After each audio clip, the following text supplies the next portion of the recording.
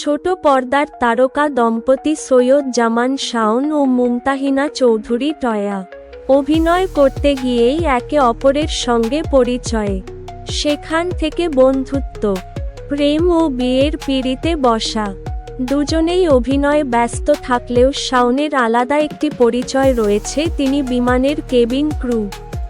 2020 সালের 29 ফেব্রুয়ারি এই জুটি বিয়ে করেন, অর্থাৎ দাম্পত্য জীবনের প্রায় 5 বছর পার করে ফেলেছেন তারা।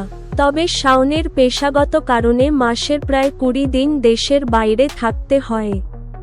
বিয়ের আগেই এই বিষয়টি নিয়ে দুজনের দীর্ঘ আলোচনা হয়েছিল। সম্প্রতি এক সাক্ষাৎকারে দাম্পত্য জীবনের নানা প্রসঙ্গ উঠে আসে।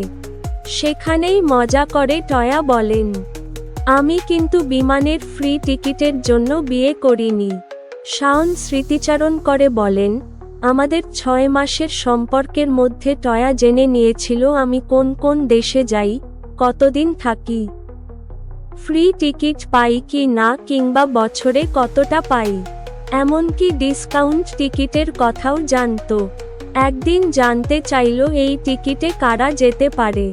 পরের ঘটনা বর্ণনা করে শাওন বলেন, আমি বললাম, মা, বাবা, সন্তান আর স্ত্রী যেতে পারে। স্ত্রী শব্দটা বলার সঙ্গে সঙ্গেই ওর চোখ বড় হয়ে গেল। তখনই বুঝেছিলাম বিয়ের জন্য টয়ার হ্যাঁ পাওয়া আর সময়ের ব্যাপার। তবে ফ্রি টিকিটের জন্য শাওনকে বিয়ে করেননি টয়া। তা জানিয়ে এই অভিনেত্রী বলেন, আমি ফ্রি টিকিটের জন্য বিয়ে করিনি। আসলে আমি ঘুরতে খুব ভালোবাসি। ভেবেছিলাম স্বামী যদি মাসের অর্ধেক সময় বিমানে কাটায়, তাহলে আমাকেও নিয়ে ঘুরতে পারবে। এতে আমাদের জীবনটা আরও সহজ হয়ে যাবে। সে যেখানে যাবে, আমিও তার সঙ্গে যেতে পারব। এরপর টয়া যোগ করেন, কিন্তু বিয়ের 5 বছর কেটে গেলেও এখনো কোনো ফ্রি টিকিট পাইনি।